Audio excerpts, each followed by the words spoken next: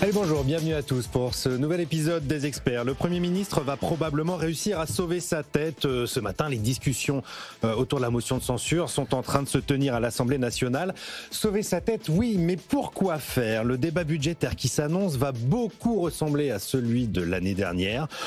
Un déluge d'impôts. On avait fini avec 34 milliards de hausse d'impôts dans le budget 2025 avant que le texte ne soit balayé par la censure du gouvernement Barnier. Et là, bis repetita, l'abandon du 49.3 promet le retour du grand bazar fiscal avec un déluge d'impôts et de hausses de dépenses. Et à la fin, cette foire à la saucisse, comme l'appelle Emmanuel Macron, probablement la censure du gouvernement de toute façon. Et un retour à la case départ. Les seuls qui se réjouiraient d'une crise, d'une panne budgétaire, ce ne sont pas les amis de la France, a mis en garde Sébastien Lecornu lors de son discours de politique générale. Mais comment prétendre résister à Vladimir Poutine quand on recule devant Olivier Faure, s'interroge aujourd'hui François-Xavier Bourmeau dans l'Opinion. Pendant ce temps-là, Trump, lui, va accueillir un investissement historique de 13 milliards de dollars de Stellantis sur le sol américain et le président américain négocie avec l'Inde et le Japon l'étouffement de l'économie russe par le pétrole. Et on parlera aussi de la vente de SFR pour voir quelles sont les nombreuses conséquences de la cession du 4e opérateur de téléphonie aux 3 autres. Voilà pour le programme du jour. Nous sommes jeudi 16 octobre, il est 10h passé de 2 minutes. C'est Les Experts, l'émission qui vous aide à y voir plus clair. Bonjour à tous et bienvenue. Allez, c'est parti. Les Experts, débats et controverses sur BFM Business. Et pour ce beau programme, j'ai le plaisir d'accueillir autour de la table Jean-Marc Daniel. Rebonjour Jean-Marc, bonjour. Éditorialiste à BFM Business, professeur à l'ESCP. Votre livre, Les nouvelles leçons d'histoire économique, est toujours disponible aux éditions Odile Jacob. Et surtout, on vous retrouve le 21 novembre au Théâtre de Poche. Il doit rester 2-3 places, courez vite. Voilà, et sinon, le 28 et le 29 novembre, donc 21, 28, 29. Mais c'est vrai que le 21, ça commence à être assez chargé. Dépêchez-vous, c'est un spectacle formidable. En face de vous, Olivier Babot. Bonjour Olivier. Bonjour Raphaël. Président de l'Institut Sapiens, et Thomas Grébine. Bonjour Thomas. Bonjour. Responsable du programme macroéconomie et finances internationales au CEPI. Les amis, c'est l'heure de la foire à la saucisse. Je le disais en ouverture de cette émission. La foire à la saucisse, c'est l'expression qu'avait utilisée Emmanuel Macron il y a un peu plus d'un an. C'était au printemps 2024 quand on découvrait des trous par dizaines de milliards d'euros dans les caisses de l'État. La bataille à l'époque était entre Bruno Le Maire et le chef de l'État pour savoir s'il fallait faire un collectif budgétaire ou pas. À un mois des européennes, Emmanuel Macron avait dit surtout pas, c'est l'ouverture à la foire à la saucisse, c'est-à-dire un déluge de propositions de taxes, de hausses de dépenses, etc. On connaît la suite, on devait faire 4,4% de déficit en 2024, on a fini à 5,8%, il a perdu les européennes, on a dissolu et depuis le pays est dans le chaos politique. Alors la grande question, c'est à l'heure où nous nous parlons, à l'heure où Sébastien Lecornu fait face à sa première motion de censure, est-ce que finalement on risque pas de revivre le même scénario que lors du dernier PLF, c'est-à-dire un déluge d'impôts et de nouvelles dépenses. Je commence par vous, Olivier Babot. Alors on peut le craindre. La foire à la saucisse, au moins la saucisse c'est bon. Alors que là, évidemment, c'est plutôt un galimafré. Elle est un peu avariée. Elle commence à dater. On se rend compte aujourd'hui en regardant le budget 2025, qui est en train de se terminer, qu'en fait il a essentiellement consisté dans des hausses d'impôts et quasiment pas de hausse de dépenses. La réalité, c'est que les dépenses sont hors de contrôle, en fait.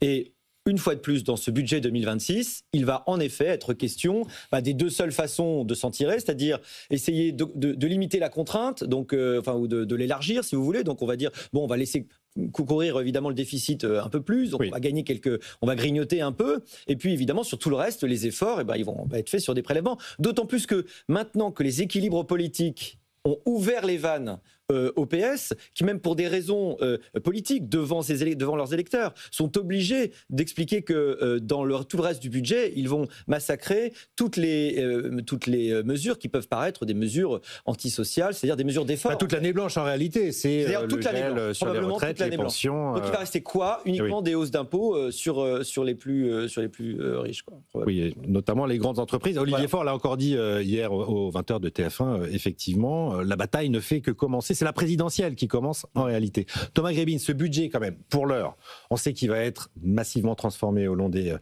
discussions parlementaires, mais on a 14 milliards de hausses d'impôts, 17 milliards d'efforts en dépenses. Donc c'est plutôt un budget équilibré pour l'instant. Oui, sur le papier, on verra ce que ça donne au final, mais je partage ce qui a été dit. Je pense que un de nos problèmes structurels, c'est cette hausse tendancielle des dépenses publiques, notamment depuis les années 2000. Alors peut-être qu'il faut préciser, vous le faites souvent dans cette émission, mais quand on parle de dépenses publiques, en fait, ce qui augmente véritablement, c'est pas les dépenses de l'État. Ce sont les dépenses sociales et notamment les dépenses de retraite et de santé qui représentent près de la moitié des dépenses publiques. Et c'est ça qui augmente plus vite que le PIB depuis le début des années 2000. Et donc, si on veut s'attaquer à ces dépenses publiques, inévitablement, il faut s'attaquer aux dépenses de retraite et aux dépenses de santé. Juste peut-être un chiffre. Dans l'hypothèse où le budget ne serait pas voté et où on reviendrait dans le scénario de l'année dernière, c'est-à-dire un budget, ce qu'on appelle à service voté, même fameuse loi spéciale. Fameuse loi spéciale, même dans cette hypothèse, les dépenses augmenteraient, j'allais dire, naturellement de 40 milliards d'euros, dont 20 milliards d'augmentation spontanée des dépenses sociales. Et sur ces 20 milliards, vous avez une hausse de 8 milliards des dépenses de retraite. Donc en gros, en ne faisant rien, vous avez quand même une hausse tendancielle des dépenses publiques qui serait de 40 milliards l'année prochaine. Donc c'est bien, ça montre bien les enjeux. Oui, parce qu'il faut expliquer, Jean-Marc, que la loi de financement de la sécurité sociale, elle sert notamment à réduire, à limiter la progression naturelle des dépenses. Et donc, elle essaie, puisqu'il n'y a pas de loi de financement. Il y a même ce caractère un peu artificiel de l'ONDAM. Ça m'a toujours surpris que ce soit le Parlement qui décide le droit à la maladie de la population. Alors l'ONDAM, on rappelle, c'est l'objectif national de dépenses d'assurance maladie. J'ai regardé ça à plusieurs reprises, même en Union soviétique, ils ne faisaient pas ça. Mais c'est le peuple qui décide, puisque c'est par le biais de l'Assemblée nationale. C'était les microbes qui décidaient, il paraît que c'est le peuple qui décide si on est malade ou on n'est pas malade. Bon, c'est quelque chose qui m'a toujours surpris. Moi, ce qui me frappe dans cette affaire, c'est d'abord effectivement par rapport à l'héritage du précédent gouvernement de François Bayrou. François Bayrou avait essayé, alors il avait hystérisé le débat, de présenter les choses de façon assez churchillienne. Oui, churchillienne, alors que je le rappelle, et encore une fois, ce que disait George Osborne, qui était un des chanceliers d'échiquier de ces dernières années, il disait, c'est pas en parlant de Churchill, alors qu'il y avait Hitler en face, qu'on résoudra le problème. Le déficit budgétaire. La dette n'est pas Hitler. Elle n'est pas Hitler, donc c'est pas du sang et des larmes, c'est de l'effort et de la raison qu'il faut proposer. Et donc, François Bayrou avait quand même souligné le fait qu'il y avait un problème de quantité de travail, de production. C'est-à-dire que dans toutes ces dépenses que l'on met en regard et que, effectivement, il y a le fait que on appauvrit les gens si on se contente de faire des réductions systématiques de dépenses. Oui. En revanche, on enrichit les gens si le pays lui-même s'enrichit. Et donc, c'était l'affaire des 2 jours fériés. Et puis, c'est l'affaire des retraites, parce que l'un des objectifs de la réforme des retraites, c'est évidemment de résoudre un problème comptable et financier, mais c'est aussi d'augmenter la quantité de travail. Le taux d'emploi chez les seniors. Le taux d'emploi chez les seniors. Et donc, ce qui me frappe, c'est d'abord ce refus d'admettre dans ce pays qu'il va falloir travailler davantage. Ce qui me frappe, c'est que depuis le début du mois, j'arrête pas de dire qu'en Corée, on vient de porter la durée hebdomadaire du travail à 52 heures. La crise démographique et... Pourquoi? Pour des raisons qui sont des raisons démographiques qui nous frappent. Quand je dis ça autour de moi, alors je parle en présence d'Olivier Babot, qui a écrit un livre d'ailleurs sur l'état d'esprit, effectivement. Sur la crise. Alors c'est pas celui-là, ça c'était l'ère de la flemme, effectivement, le précédent. Sur la flemme. Et d'ailleurs, il est traduit en coréen d'ailleurs. J'en profite pour... Je suis surpris parce que c'est les derniers concernés qui s'intéressent à la question d'ailleurs, c'est marrant. Oui. Et donc les réactions autour de moi, c'est mais attendez, mais c'est pas possible. Comment peut-on envisagé dans ce pays de travailler, mais encore plus. En fait, on est déjà en burn-out, on est déjà épuisé. Je rappelle aussi, pour finir sur ce thème-là, que quand la Cour des comptes a dit que si on appliquait les 35 heures dans les collectivités locales, on applique les 35 heures, on peut supprimer 100 000 emplois. C'est-à-dire, en appliquant la loi, c'est pas de rétablir l'esclavage, c'est pas de forcer les gens, c'est simplement de faire en sorte que les gens travaillent à hauteur de ce qu'on attend normalement dans le cadre juridique actuel. Et l'association des maires de France, dont le président est plutôt censé être libéral et assez ouvert. David Lisnard. Oui, a dit non, maire de vous ne vous rendez pas compte, on est à l'os là, les gens sont dans un état de fébrilité, d'épuisement dans leur travail qui fait qu'on ne peut rien faire.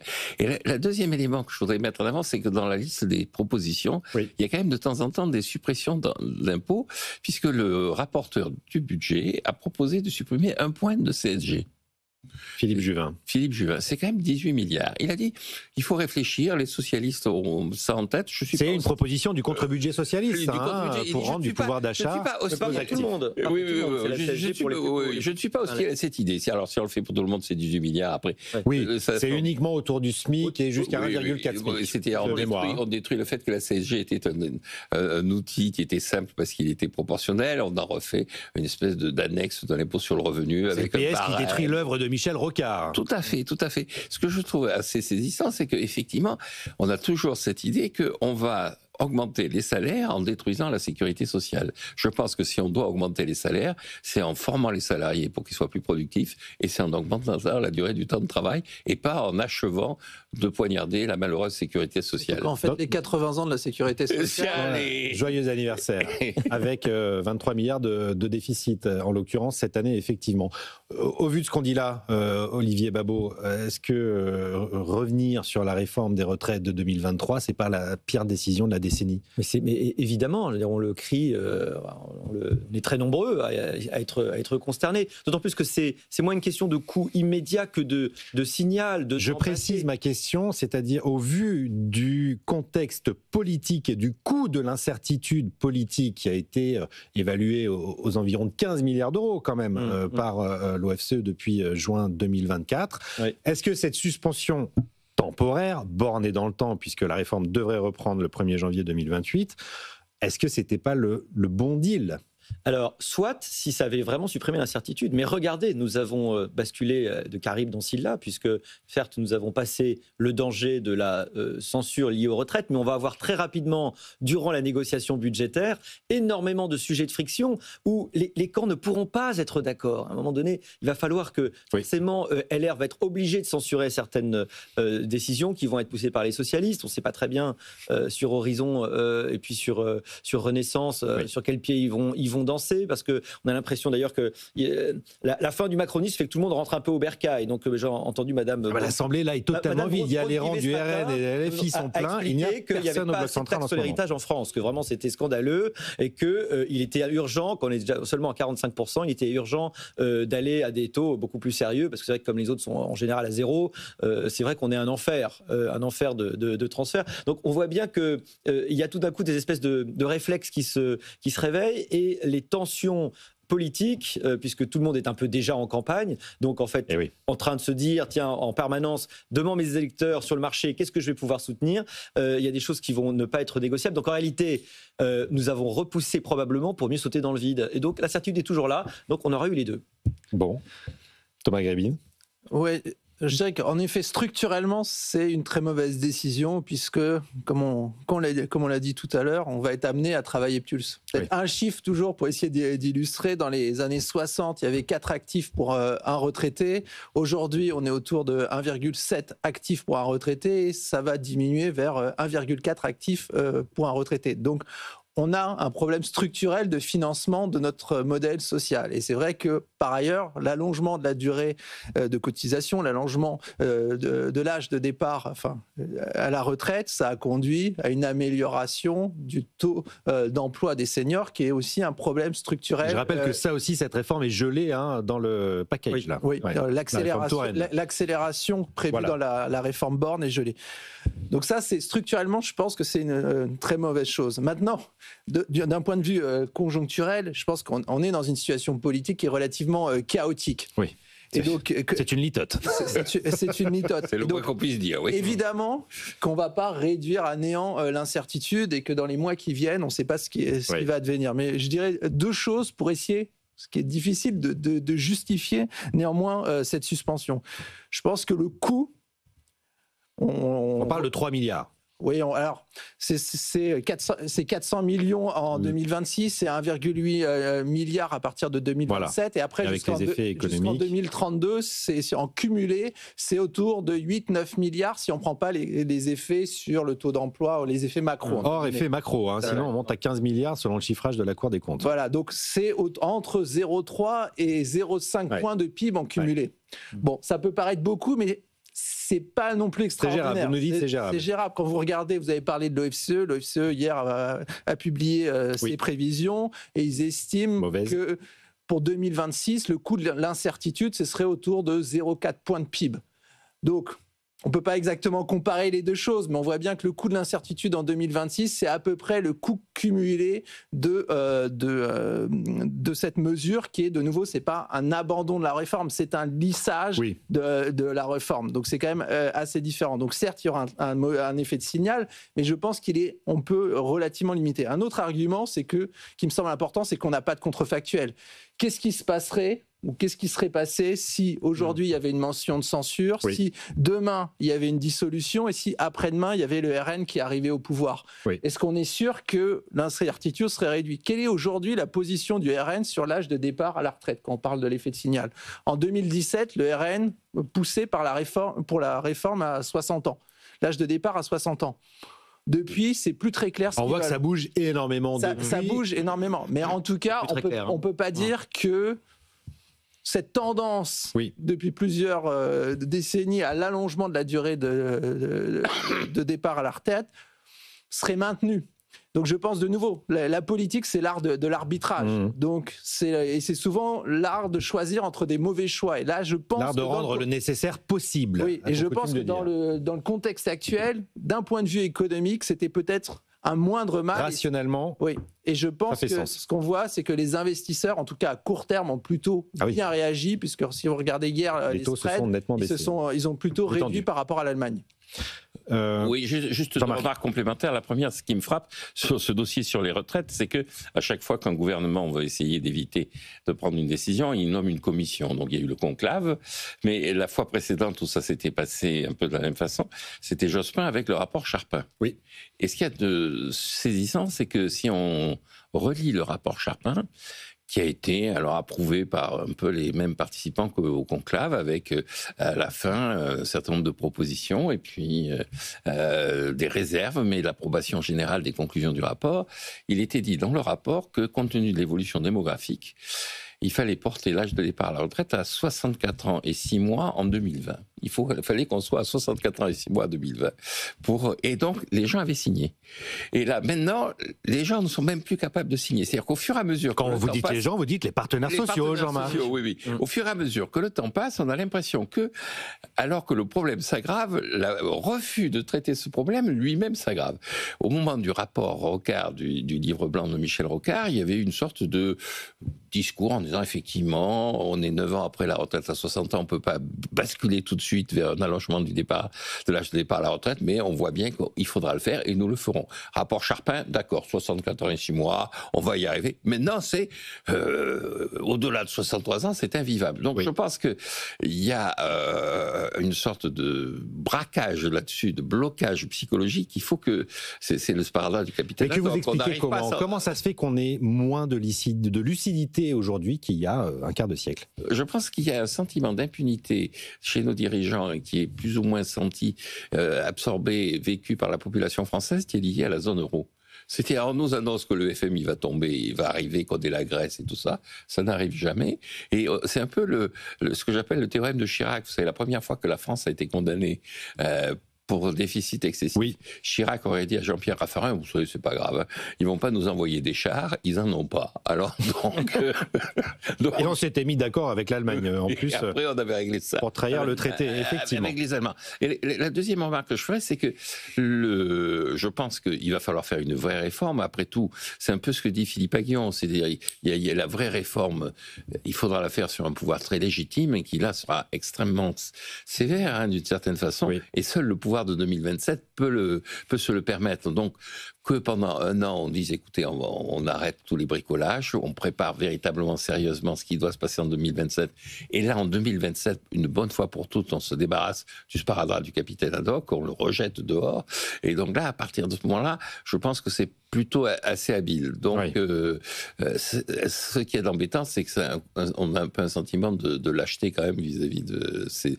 en tout cas, on a mis le dernier clou dans le cercueil du macronisme. Voilà, c'est un abandon en race campagne. Le discours, c'est pas la rue qui décide, si c'est la rue qui a décidé là. Ouais. Avec une autre habileté, j'ajoute, qui est que Sébastien Lecornu a décidé de passer par amendement cette suspension et que donc, si le budget est censuré le 31 décembre, eh bien la suspension saute avec. C'est aussi un levier de pression sur le Parti socialiste. Vous parliez du FMI à nos portes, Jean-Marc.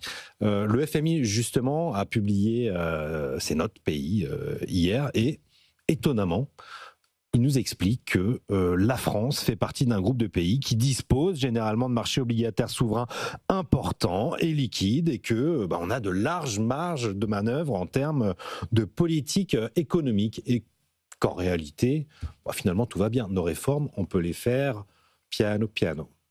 Ça vous a surpris, ça, oui, parce qu'on les a connus un peu plus... on croyait qu'ils allaient venir à nos portes. Non, de toute façon, ça n'aurait pas été le FMI, ça aurait été la Troïka, évidemment, mais différent. Mais on les a connus un peu plus exigeants. C'est un peu étonnant, parce que si on prend du recul, on n'arrive pas à montrer... Et on patine totalement dans la capacité à montrer une trajectoire. Parce qu'il s'agit de montrer une trajectoire, une capacité de traiter les problèmes. Et comme le disait très bien Jean-Marc, sur les retraites, on est plutôt sur un raidissement. C'est-à-dire que c'est plutôt de plus en plus dur. L'extérieur aurait pu miser légitimement sur le fait que les gens allaient se faire à l'idée, oui, on vit plus longtemps, oui, tout le monde travaille autour de nous plus longtemps, nous, on va travailler plus longtemps. Mais non, on a une exception française de plus, où on est les seuls à entretenir et à se... vautrer dans des discours qui sont plutôt des discours de pensée magique, en disant quand on veut, on peut, on va congédier le réel, de toute façon, c'est pas important, on fera payer les riches, etc. C'est exactement le contraire de ce que pouvaient prévoir les investisseurs de l'extérieur. Moi, je serais investisseur, comme je m'inquiéterais à long terme, parce que le recours à l'imposition supplémentaire, qui est en fait la seule chose qui puisse justifier qu'on puisse continuer à honorer nos engagements, va quand même finir par se terminer quand on aura terminé la dernière goutte de prospérité. Oui. Et en fait, c'est ça, puisque c'est un long nœud coulant fiscal, ce qui se passe. C'est-à-dire que plus on tue la prospérité, plus il faut essayer de charger la bête sur ceux qui restent pour arriver à avoir les moyens, et plus on tue la prospérité, etc. Comment vous expliquez, Thomas Grébin, qu'avec une prévision de déficit de 5,8% en 2026, c'est la prévision du FMI, le directeur du département des affaires fiscales, Victor Gaspard, estime que le risque budgétaire est modéré. C'est quand même stupéfiant. D'un point de vue anecdotique, je pense que ça montre que la France pèse toujours dans les instances du FMI. Plus sérieusement, je suis d'accord avec le constat. C'est-à-dire que je pense que le risque, c'est pas tellement une situation cataclysmique à la grecque. Pas de crise financière. C'est pas il y a toujours une possibilité, mais on n'a pas de déficit. On est plus ou moins à l'équilibre en termes de déficit courant. On est le solde est plus ou moins à l'équilibre, ce qui est très. On rappelle le déficit courant pour ceux qui nous écoutent. Le déficit extérieur total, disons, est plus ou moins. Enfin, on n'a pas de déficit extérieur total quand on prend en compte les biens et les services.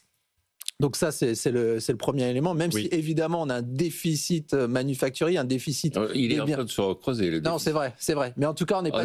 On était à l'équilibre en 2024 grâce au JO, mais là, on est sur une tendance qui est plutôt... Je suis d'accord, mais en tout cas, on n'est pas dans la... Légère, Jean-Marc. 3 milliards par mois. Oui, mais on n'est pas dans la situation grecque des 10 points de déficit courant d'il y a 15 ans. Donc c'était mon point. Mais je suis d'accord sur la situation très grave par ailleurs de notre déficit commercial. Ça, c'est le premier point. Mais je pense que le plus inquiétant, c'est ce décrochage lent de l'économie française et plus généralement de l'économie européenne. C'est en partie lié à l'euro. Ça fait partie du nœud coulant qu'évoque Olivier Babot. Exactement. Et en fait, ça nous anesthésie parce qu'en fait, on sent, que ce soit le personnel politique ou les responsables, les différents responsables sentent qu'en fait, on peut continuer comme ça. En vrai, on peut... C'est la grenouille dans la casserole. Oui. On peut avoir des déficits budgétaires encore, probablement de 5 à 6% par an, et on ne sera quand même pas dans une situation grecque. Mais on voit qu'en fait, nos taux de croissance structurellement diminuent, et donc la capacité de notre économie à créer de la richesse, elle est de plus en plus faible. Et donc en fait, je trouve que en effet, cette image du nœud coulant, elle est très bonne, puisque ça hypothèque de plus en plus l'avenir. Mais ça, malheureusement, ça peut continuer. Peut-être que nos voisins européens vont réagir aussi à un moment, non, Jean-Marc Oui, c'est l'histoire de... Parce qu'on a une monnaie commune quand même. Ils ont une capacité à nous faire de... Oui. Combien de divisions Combien de divisions c'est-à-dire, est-ce qu'ils ont de plus en plus. Voilà. Attention. Alors, par rapport à ça, ce qui est intéressant d'ailleurs dans ce que dit le FMI, vous le rappelez, c'est-à-dire qu'ils commencent à dire, bon, c'est pas grave, vous allez vous en sortir, puis quand même, ils annoncent c'est 5,8% en 2026, et que la dette s'envole. Le gouvernement n'arrête pas de dire qu'il va le maintenir à 4,7%. Et Pierre-Olivier Gourinchas, passant après le chef économiste du FMI, était moins enthousiaste sur les perspectives de l'économie française, en disant que néanmoins, à l'horizon 2030, vu la situation actuelle, c'est tellement difficile de savoir quel va être le contexte politique que faire des projection, c'est assez difficile. Alors, par rapport à ça, il y a d'abord le fait que ce qui garantit la solvabilité de la dette, c'est le fait qu'il y ait un prêteur en dernier ressort qui, jusqu'à présent, s'est toujours manifesté comme étant au rendez-vous. La Grèce, le drame de la Grèce, c'est que c'était avant le whatever it takes. Et puis après, il y a eu le sommet de juillet 2012 où on a dit, effectivement, maintenant, bon, on arrête et la Banque centrale va racheter la dette. La Banque centrale détient encore 20% de notre dette publique. Et donc, à partir de ce moment-là, tout prêteur qui a la moindre angoisse se dit « je finirai toujours par renvoyer cette dette ». C'est le filet de sécurité. Le filet de sécurité. La question, c'est quel va être le discours que va tenir la Banque centrale. Et puis, autre remarque que je ferai, c'est que tous les pays autour de nous, le FMI dit bien, qu'on va atteindre 100% de dette publique au niveau mondial. Et que finalement, c'est pas forcément la France qui est... alors que c'est un des endroits où effectivement il y a des difficultés budgétaires. Aux États-Unis, ils n'arrivent pas à se sortir de leur shutdown. La chancelière de l'échiquier, Rachel Reeves, mène une politique qui est une politique de reprise en main et tout ça, mais elle dit là aussi qu'il va falloir du temps. Et je rappelle qu'au Japon, qui est quand même le pays dont l'État est le plus endetté, il n'arrive pas à se constituer un Premier ministre, notamment parce que la candidate qui avait été choisie, qui avait été désignée, avait annoncé qu'il allait falloir augmenter la TVA au Japon parce qu'on ne pouvait pas continuer indéfiniment à accumuler les déficits budgétaires. Et son allié, un peu comme le PS en France, a dit « mais non, pas du tout, il n'y a pas de problème ». On est solvable, la Banque centrale est tout à fait là pour acheter notre dette. Donc, je pense qu'un des éléments aussi de la force de la France, c'est que autour de nous, ça va pas si bien que ça. Et donc, c'est peut-être ça qui est le plus inquiétant, c'est que le problème est devenu un problème mondial. Voilà, un bon résumé de la situation. Ça ne va pas si bien que ça. Voilà. Là aussi, c'est une douce litote. Merci beaucoup. On se retrouve dans la deuxième partie dans 1 minute pour parler d'SFR, le grand dossier de place pour les prochains mois, de Stellantis qui investit aux États-Unis et de Washington qui met la pression sur le Japon et l'Inde pour arrêter d'acheter du pétrole russe. Un dossier absolument passionnant. Restez avec nous, on revient tout de suite.